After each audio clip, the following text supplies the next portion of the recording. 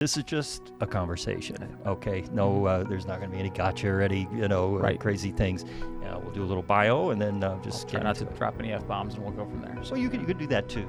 I said crap on here and got through, so. All right, fair enough. That's not quite the same thing. Welcome to Inside Look. I'm Jeff Lyons, joined today by Communications Director for the Mayor of Evansville, Stephanie Terry, Joe Atkinson. Thanks for coming out here, Joe. Thanks for having me, Jeff. Glad to be here. Inside Look. You've done podcasts before, I suppose. Yes. Maybe one or two in your lifetime, right? A couple, yeah. But this is a real treat to have you on because you have such an interesting path to what you do today. And we've crossed paths, I think, in every facet of what you were doing. Just since about. You came to Evansville. So for those who don't know, Joe was with the Evansville Courier for a long period of time as a journalist. Then at the University of Evansville, and now with the city of Evansville and with the mayor. Now, that's kind of the short term of it. Give us a little background. Where are you from? How'd you wind up in Evansville? That sort of thing. Sure. I grew up in Cincinnati, Ohio, on the west side of Cincinnati. Went to Oak Hills High School, which is probably, I think, best known for, I think, Pete Rose Jr. went there. So Pete Rose's son, I believe, was an Oak Hill graduate. I believe was an Oak Hills graduate. But anyway, I went to school there, went to Ohio University for journalism, and I ended up in Evansville ultimately because Ohio University's Scripps School of Journalism had an internship in Washington, D.C. that students had the ability to apply for. I did apply for it. I was there during the 2000 election reporting on that one, which was interesting. Yes. Though not as interesting as you might think, because people always ask me, like, isn't it great to be in D.C. in the middle of an election? And I said, being in D.C. in the middle of an election is a little bit like being Switzerland in the middle of a world war. Right. There's a lot going on, but it's not happening here. And it was somewhat contested. I guess it'd be mild to say it that way. Of course, that was the Gore. It was the hanging chads and the chads. Florida recount and all of that. But, all the action happens elsewhere. So, you're Right. in D.C. and all the politics are there, but all the candidates are everywhere else. Right. So, but it was a great experience, a great opportunity. And when I went back to my last 2 quarters of school at Ohio University, I was applying for jobs, and I had applied to a couple, and I guess Evansville had an opening, and they called D.C., I believe, and said, have you had any good interns recently? And they said, well, no, but this guy's close to you, so, Okay, we'll send him on over. Send him on over. So I came out and I interviewed and ended up at the Courier and Press in I believe it was June of 2001 when I started there. And print at that time still burgeoning somewhat. I mean, we were beginning to feel, competition from the internet, both in print and in broadcast, but it wasn't as it is today. The interesting thing about that, so I didn't mean to interrupt you there. No, please do. But the interesting thing about that is that, I go back to those days, and at that time, there were so many reporters at the Courier and Press that we had to share cubicles. If you had been there a long time, like Herb Marinell had his own cubicle, right? Well, nobody wanted to share with Herb. Well, it might have been that too. Right? But Herb had his own cubicle. Garrett Matthews had his own cubicle, but the rest of us all had to share. So I was, John Martin, who's now with Evansville Living. He and I shared a cubicle. We were the only 2 Reds fans in the office. They called it the Red Square. And so did everybody else. And I think about that today and sort of the state of print and the number of employees that a lot of news organizations have now. And that's, to me, that's how the world has changed. And it must be disheartening for you, too, to see where print has gone, kind of a shell of its former self, because you were working at the Courier when it was a big deal, the big source of news here in the community, an obvious competitor to the TV stations, radio and whatnot, and the paper of record, because it was the paper. I guess the press had already gone out of business not too. I think it was 2 or 3 years before that. Yeah. Yeah. And so you had that experience that, in some ways it was like the golden age, at least in the modern era of print, because then it just collapsed as the internet pulled away all the ad revenue from classified advertising and so forth. And so how did you navigate that? Did you have a sense it was going down, or did you and you jumped then and got into academia before, or how did you make that call? Ultimately, I was 25 years old when I left the Courier and Press. I'd been there for about 3.5 years. And it was a combination of factors, but one of them was certainly that I was 25 years old, looking at this industry that I think probably, and this isn't a Courier and Press issue, it's a newspaper issue in general. Yes, made sort of the original sin mistake of putting all of their content online for free and teaching people to expect that. Right. And there's no going back. Right. Once you go free, you right. can't, it's then really, say, well, wait a minute, really let's hard charge. to go back. And some have done it successfully. I mean, and have done it pretty well. But yeah, that was kind of, I feel like that mistake sort of resonated throughout the years. But I'm not going to say that I was smart enough to see that coming, but I could tell that this didn't feel like an industry that was going to be growing for the next 40 to 45 years that I would need before I retired. So I made the decision to step away, and actually did freelance work for a couple of years. Did some freelance writing, did some public relations work, and in about 2007, Marcia Jackson left the University of Evansville, the media relations position there, to go to EVSC. And so I applied for that position and was hired, and I spent, like I said, about the next 17 years in various roles at the University of Evansville. Yeah, and on faculty too. Initially in communications, but then you worked your way up to faculty. Very strange career path. It was, I started as the media relations director. I did that for about 3.5 years, working with TV stations and newspaper and everything else. Switched into digital, started doing video work for them, started overseeing the university's website. And then got ready to step away from that. I kind of felt like I was ready for a new challenge, and I was teaching. I'd gotten my master's degree there, which had never been part of the plan. But when I was working there and it was free, no, why not? Why not, right? So I had gotten my master's degree, which made me eligible to be an adjunct faculty member. Yeah. So I picked up one class a semester that the communications department needed, and when I decided I was leaving, I went to the communications department chair, Dr. Mark Shiflett, and I just said, hey, I've enjoyed doing this. If you have a little more that I can pick up or you want me to keep doing it. And he said, we're actually looking to hire somebody. We've got a retirement coming up, and we're looking to hire somebody who does what you do and teaches what you do. Would you consider applying? That had never crossed my mind. Teaching had never crossed your mind. Not as a full-time, and certainly not as a university professor where, most people have PhDs and that sort of thing, and I had, a master's degree. Right. But they brought me in, they hired me there, and eventually I got another degree, and they moved me onto the tenure track, and I was informed that I was going to get tenure 3 days before I put in my notice to go work for Mayor Terry. So, well, you can always go back. Maybe they'll extend something to you. Who knows? Down the line. Who knows? I want to have you talk a little bit about, maybe this isn't the right metaphor to use, but going from playing offense to defense. In other words, you were in journalism, asking the tough questions, digging around, trying to find out what they're hiding, what that media relations person wasn't telling you, and now you're that guy. You're playing, I guess, defense, to the media. What was that like? Are you uniquely skilled now because you've been on both sides, or how did that work for you? I probably have a different perspective of it, I would say, than maybe a lot of people do in that position. I'm certainly not the first person to go from it's not common. even in Evansville. Yeah, it's common, Ella Johnson Watson did it. Noah Stubbs right before me. So I'm again clearly not the first person to have done that, but I think there is a uniqueness in the perspective because I think I approach this from a pretty transparent place. That if there's not a reason not to talk about it, let's talk about it. So I don't always.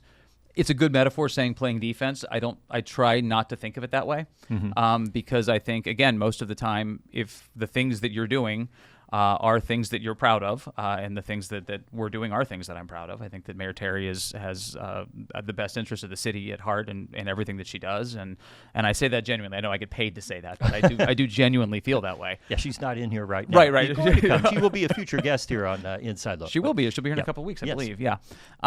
But no, I do genuinely believe that the things she's doing are things that are best for the city and that she's proud of. And I think that when you're doing things that you're proud of, then, there's not a lot of defense to be played at that point. You should be standing on the rooftops and shouting about it. Sometimes I suppose, though, maybe I'm naive, but there have to be times when there are things you can't talk about. Absolutely. Or secret things going on that you would prefer didn't get out. Mm-hmm. And they do, something leaks or whatever. Now you've got to, you can't cover up, but then again, you can't disclose anything. That's got to be tricky, because, and you probably remember being on the other side, like, ooh, blood in the water, there's some red meat. What's that all about? Right. So how do you deal with that? Well, there are sometimes where the only way that you can deal with it is to say, I can't talk about that, because there are times that you legitimately cannot, whether it's a legal thing or the contract's not signed yet or whatever, that there are times that you can't talk about it. Sure. When I was a reporter, one thing that I'm kind of proud of. When I was a police reporter, one thing that I did fairly frequently was I might get a scoop about an investigation or something along those lines and go in and talk to the police department. And generally, at that time, I think Dave Gullidge was the chief, and I could talk to Dave. You're fine. I could talk to Dave, or I could talk to one of his other his chief deputies and say, hey, this is what I found. And a lot of times they would say to me, you know what, that's true. It's right. But if you talk about that, it's going to compromise this investigation. If you put that in the newspaper, we may not get this guy. We may not. Right. So we'll make a deal with you. If you hold on that, we'll give you a heads up and when it is okay to talk about, Sure. and you'll have it first. And I always try and remember that in those situations, because again, I can't say that I've never come across that situation, but I always try and be as transparent as I can with the reporter and say, hey, here's kind of what we can't talk about. Or sometimes, again, I just have to say I can't talk about it, and try and kind of hold that off until the right time. Before we get to your tenure here with the mayor and all of that. I thought we were already there. We're here, Jeff. Yeah, we are. We are kind of there, but I wanted to do a side trip here because you put together during your time at U of E an incredible documentary about the plane crash, the 1977 Aces crash, where the entire team died. And you were doing this, I guess at that point it would have been 40 X. It was years. It was the 40th anniversary. It was 40th anniversary, and so trying to dig up primary sources where they were available, old film, which we had some of here at the station. You did, and all of that. That was where we crossed paths again. What drove you to do that project? Because a lot of people talked about it and tried it, but you were the only one that took it all the way across the finish line, So what was driving you to tell that story in the way you did, which was about two-hour documentary? Or there's two versions. One's an hour and a half. Yeah, okay. But before I get into talking about that, I do want to say one of my fondest memories from that process was, David James came in here and pulled old. It was right around the time he retired from the station, and pulled all of these old 16 millimeter film reels. Right. And I have a great photo because I didn't know how to work a 16 millimeter projector, but the AV guy did. Right. Yeah, I knew how to do that. Yeah. So I remember you being in my office at UE, and we had this projector set up pointing at the wall in my office, trying to figure out how to view this old footage. And I've got a couple of great photos of you teaching David and I essentially how to make this thing work and how we could do this. The only thing I didn't have was the tape on my horn rim glasses. Right. I had advanced beyond that. I think I offered to provide you some just to complete the metaphor. But, that's right. But that was a very fond memory for me, and I still have that photo and show it to people every once in a while of like, this is what that process looks like. It's not always glorious. It's not always glamorous, but there's that. That project stemmed from a conversation that I had with Brad Kimmel, who was the CEO of WNIN at the time. Brad and I had a conversation while I was at UE before I sort of left the first job and went into the academic side. I had done this short documentary piece for the university that aired on WNIN about the making of the theater department's production of Sweeney Todd. And in the middle of that process, I knew I was leaving this position, and I went to Brad and I said, I'd love to do more things with you guys if you'd be willing to have me. And so he kicked around a few ideas, and one of them was a show called Top 9. Which we ended up doing 10 episodes of. And that we were did those countdowns. together You were too, involved yes. in. Yeah, I actually have watched some of those interviews recently, and saw the one that you did, talking about weather disasters. But it was top 9 weather disasters and top 9 barbecue restaurants and whatever else. So we did 10 episodes of that. And the other thing Brad brought up was, he said, I'm not in a position to do it. I don't have the budget to do it, but I would love to see somebody do just a really good documentary on the UE plane crash. And my wife had for years, because I did film and because I was a reporter, been saying, why have you never done a documentary? Like, why have you not done this? Yeah, like, it just feels like you would naturally do one. A perfect blend. And that felt like the right opportunity to do it. And as I started to learn more about the sort of the story, the thing that I really wanted to do was, we all kind of know the end of that story, right? We know the end of those players' story. We know the end of the coach's story, but we don't know the rest of the story. Like, who are those names that are etched in concrete that I walked past every day while I was at UE? Because all I knew was how they died. So that became sort of the impetus for me to do the story, is that I wanted to know the rest of their story, and I wanted to help to tell and you that. traveled and interviewed, and it Yes. was exhaustive, right? We said, what, 2 hours or 2 years, basically, It was process? roughly a 2-year process. I did 76 interviews over the course of that time, and as you can imagine, over 40 years, people scatter. Right. So, I went from everywhere from Seattle to Washington, D.C. to Los Angeles. I actually lucked into a couple of interviews as well, which was interesting. And I did a couple things that ended up being sort of DVD extra pieces. I went to Middle Tennessee State, which is where they were going. Right. And when I was there, I was able to interview the coach of the team that was supposed to play against them. I was also they had one. It was their Christmas party that night when the crash happened. December 13th was, and so one guy was designated to stay sober and go and meet the aces when they landed and escort them into the gym where they were going to have a shoot around. And he was still there 40 years later, so I had the opportunity to talk to him about he had this assignment and then all of a sudden he didn't. Yeah. But even more interesting was the woman who was the administrative assistant there happened to be visiting that day that I was there doing interviews. And when she heard what I was doing, she told the athletic director, I took calls from them that day about their flight being delayed and all of that. And she agreed to sit down and do an interview. And that made it into the film, too. But, it was interesting. There were just a few, I was interviewing somebody in Los Angeles for the UE Theater Department. And he happened to say that he was a freshman in 1977. And I went, hold on. And we talked about it a little bit, and it turned out they were doing a dress rehearsal for A Christmas Carol that night, and he talked about doing that and being told during intermission about the plane crash, and then having to go out and do Act 2. So show must go on, and they right. And at that time, people in the theater, mercifully didn't know. We didn't have phones dinging them with that information, and that was possible back then. They were told by the stage manager at intermission. It was and I remember it very well. I was 13 at the time. And I remember it was like any other big thing. I remember exactly where I was, how I heard, and that sort of thing. But when I watched your documentary, it really did tell that full story, because I didn't know anything, other than, well, there was this horrible crash and so forth. So that's an interesting kind of a sidebar. Now you're working, obviously, for the mayor, Stephanie Terry. How does that happen? Did you apply? Were you asked? Is it assumed you're going to do? I mean, how did that happen? No, I applied. Okay. I applied for the position. I actually, as a communications professor at UE, was approached by somebody, myself and my department chair both were, and asked, do you have any alums? Do you have anybody who might be interested in this position? Is this somebody from the party? Somebody from this was actually somebody from the university who had been approached by somebody from her transition team. I get it. And asked about, do you know anybody who might be good for this? And so they asked us, do you know anybody who might be good for this? And after I remember getting the email and walking into my department chair's office, and Dr. Shiflett just kind of looked at me and he went, "You're going to apply, aren't you?" He knew. And I said, I'm thinking about it. He's like, yeah, okay.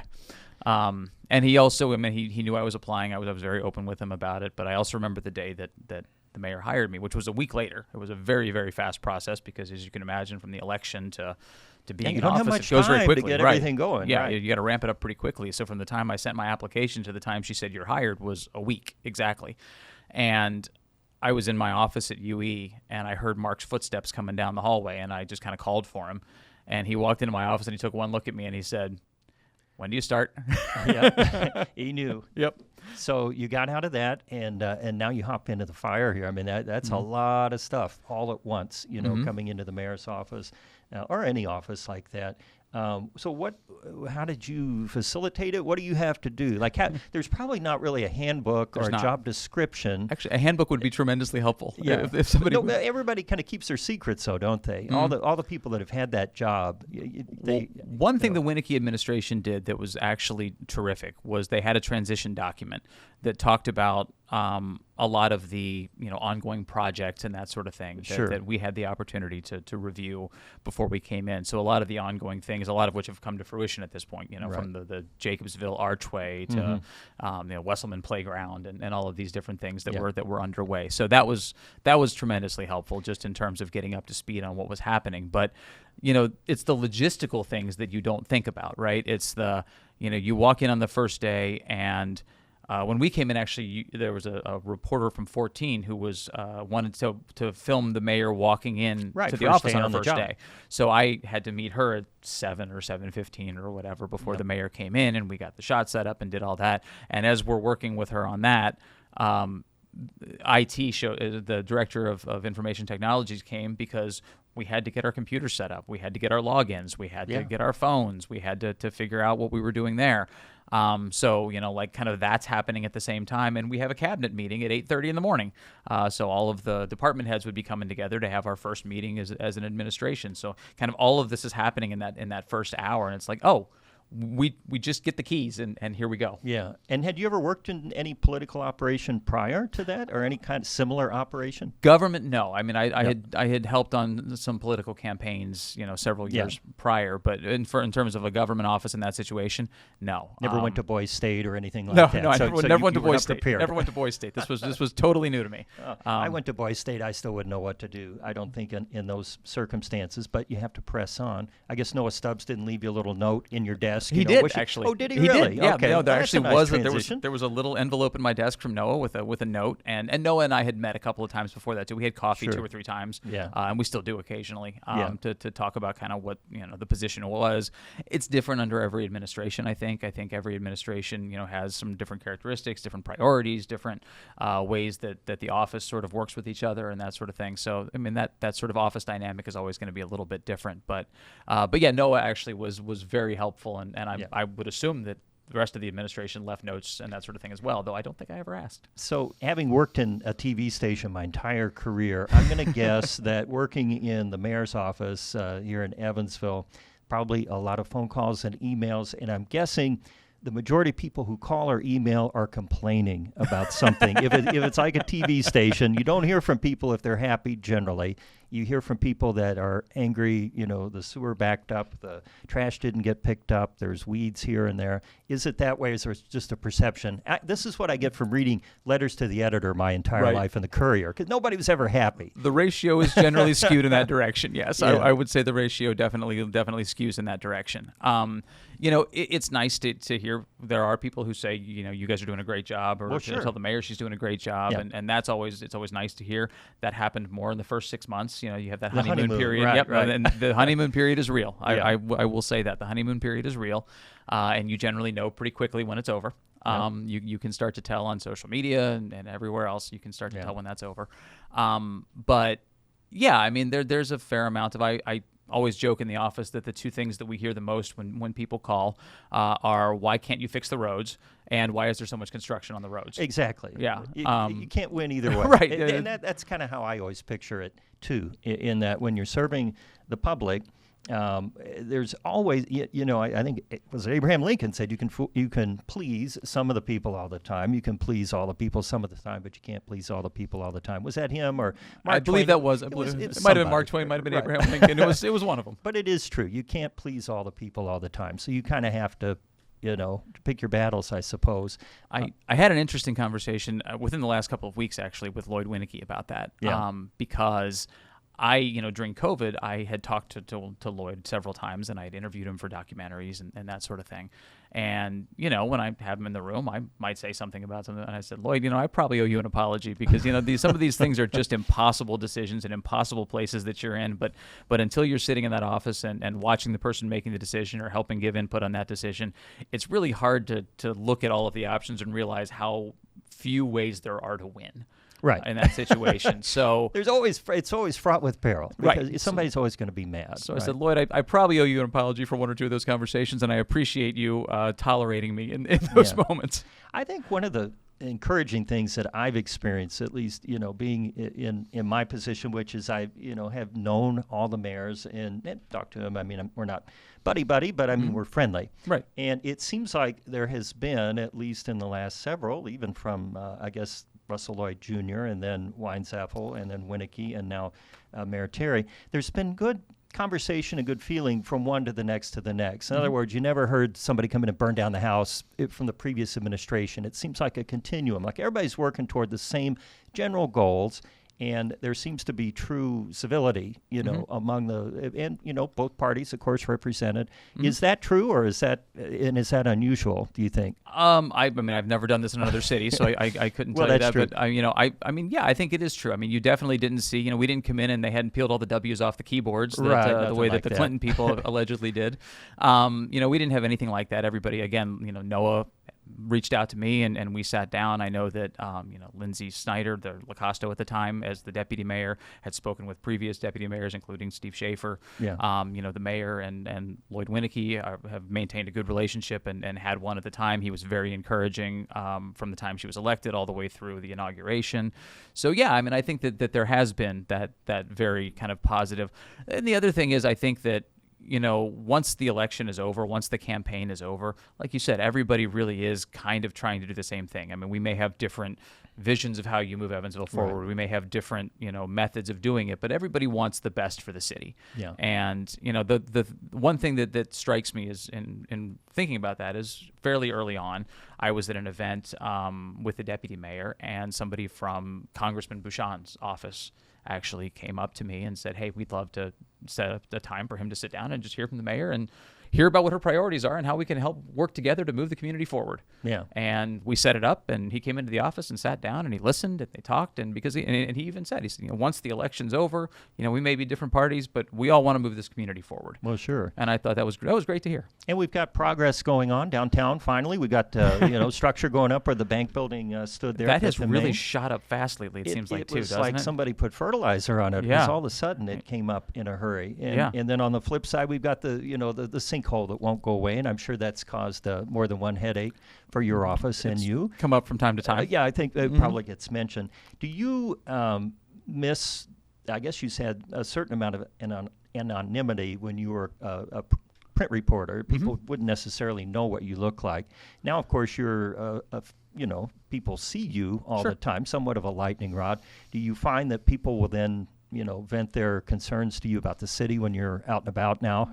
Not as much when I'm out and about. I don't know that I'm that recognizable at this point in public. Oh, after Inside Look, right? I mean, you won't be able to go anywhere. 2 weeks from now, we'll have this conversation again. But right now, people who know me, people who I have run across, I mean, certainly I'll get people asking questions or venting frustration. I'll get text messages from, people who, dads on my daughter's volleyball team or something like that who reach out to say, why can't we get this fixed? Why can't we, So, I mean, I do hear from people, and what I try and do in those situations is offer some sort of perspective in that situation. And that's hard to do. I mean, because people get angry. The most recent one was somebody reached out and wanted to talk about the Lloyd Expressway work that's happening over by Burkhart, where things are down to one lane. And I completely understand that. I also was able to say that is a state project and not a city project. But I understand their frustrations, but these are also sometimes the cost of progress, There is a lot of construction going on. So I mean, much. I can't wait till, it's all finished. I'm sure most people can't. And it is, as you say, the price of progress. You got to do all this stuff at once. What do you think is the biggest challenge for you? Now, I'll ask the mayor, of course, the same question, for administration, but for you, carrying out the communication aspects of it. How do you get people to understand and come to your way of thinking? Is there use hypnotism, or what do you do? You don't. It's, for me, the biggest challenge, I think, is the complexity of some of the things that we have to talk about. I mean, I can talk about the roads probably until I'm blue in the face and talk about why some things get paved and some things don't, or I'm picking an issue here. No, that's fine. But to be able to really sit down and say, okay, the reason that the roads aren't getting fixed the way you want to is that this is what the cost would be to have all of our roads just stay in the condition that they are, or to have an overall sort of break-even year on roads, where everything that we build up is actually the same amount as what everything else that we don't build up deteriorates. And that's what that cost would be. So this is what the cost would be to actually improve it, and this is how long. Like, that's a complicated conversation. Yeah, right. It's not a zinger, a one sentence, Right. some catchy slogan. So figuring out how to communicate those things, and sometimes you just have to acknowledge that maybe you can't. It's complicated, right? It's very complicated. But I think doing that, especially when, again, a lot of times you're dealing with, you guys have a minute and a half for a big story, right, on the news, and that's not enough time sometimes to get a really complex issue across. So figuring out how to tell those stories and how to get those complex concepts across, because again, not everybody's going to agree with us, not everybody's going to understand, and not everybody's going to be okay with it. But I always prefer that if they're mad at us, they're informed about why they're mad at us. Yeah. And that's sometimes a hard things to do with some of those big complex issues. I'll bet the mayor's answer will be different. I'm sure it will be too. And that's interesting, because I'm sure as the mayor, she's always speaking as the mayor. She's never off the record. It's kind of like me. I'm always the weatherman. No matter what I do, where I go, I'm the weatherman. I think I've called you from baseball fields before and said, "Hey, Jeff, I think that's rain on us out here." Yeah, I think that's happened. That's fine, but for it's not fine. For elected officials, it's a little different. There's got to be a line, at some point, I suppose. I wouldn't want her job. I wouldn't want her job because you are never off. At the grocery store, she's not off. In a restaurant with her husband, she's not off, because people will come up and approach. And I admire her for the way that she handles that, and I'm glad that it's not me. Yeah, and you don't have to accompany her to every single solitary thing, right? You're not like always running, ahead and providing. Well, not dinner with her husband or grocery shopping. No, not that stuff. No, but there are several events that that we do attend, and we try and make sure there's somebody there to take photos or to be there with her at a lot of those things. And I go to a fair number of things, but I wouldn't say it's all of them. So I know it's early for you to say, but for the three, estates, right? So we had journalism and print, and we had education, higher education. Now we have government. So which one, has been the most fascinating for you and most fulfilling, do you think? All in their own ways at different times. But the thing that I think has always been the most fulfilling to me is when I get to tell really good stories. And some of that has happened in journalism, and I've had the ability to do that there. Some of it has happened in making documentaries, which I did while I was at UE, and making films. And I get to do some of it here. So I think that is like the through line to me that is the most satisfying. I don't know that I can pick one particular field, because they all had their share of rewards. I'll never forget what made me remember why I liked teaching, for example, had nothing to do with storytelling, but right after COVID, as things were starting to open up again and everything else, I was teaching a night class, and I'd been, teaching in masks and staying away from people and all that stuff for a year and a half, 2 years at this point. And there were two students who decided they were going to work on making a film project. And I got out of this night class at 9 o'clock, and I knew they were filming over in the chapel. And I walked over, and I just spent an hour talking to them and helping them with the project. And I was like, right. This is why I do this. This is, what I get excited about is telling stories and helping other people do that. Yeah. I think that's probably not the answer. That maybe that's a cop out on the answer you were looking for, because I was trying to pick one. I think but the storytelling comes across. I'm glad you could come and share some of your story with us here on Inside Thank you for Look. inviting me. Yeah, and we'll look forward to your next story there at the next press conference or whatever it happens to be, and talking to the mayor here very soon on Inside Look. Joe Atkinson, thank you so much. Thank you, Jeff, for joining us today on Inside Look. If you'd like to hear all of our podcasts, you can get them wherever you're listening to this one now, or you can watch on the 14 News YouTube channel. For Inside Look, I'm Jeff Lyons.